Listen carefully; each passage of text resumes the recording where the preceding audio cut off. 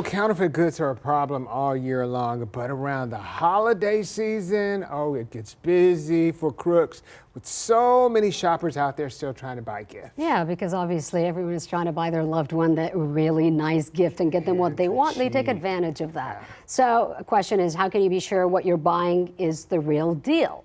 Maggie Laughlin has got some tips for us. Maggie, we know how tricky that can be. It can be very tricky, Sarah Marvin, and I'm telling you right now, we want the real deal. So unfortunately, though there are some Scrooges out there trying to get in the way of your Christmas spirit. So a good rule of thumb for purchasing Christmas presents is if it looks too good to be true, well, then it probably is. So we talked with John Leonard from U.S. Customs and Border Protection about how to spot the fakes. And he says scammers will typically target your favorite name brands with a fancy logo and an eye-catching price that's typically way below the normal price range. So the idea is to catch the consumer's eye, luring them into giving out their credit card information.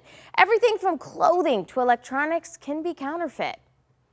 It really goes across a huge range of products, everything from wearing apparel, clothing, consumer goods, consumer electronics, phones, etc.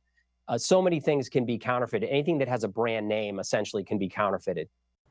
And Leonard says counterfeit items can also be dangerous, especially when it comes to electronics that may have faulty batteries. So how do we know what's the real deal and what's not? Well, officers are trying to prevent the counterfeit goods from getting in the hands of customers right here in the U.S., but it's truly up to you to stay aware. You can report trade fraud on the CBP website. If you catch a counterfeit good they weren't able to.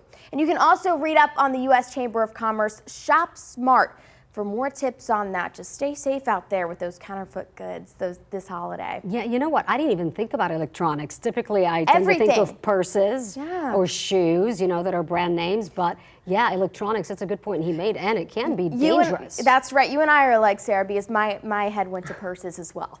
Right, naturally. Thank you, Maggie.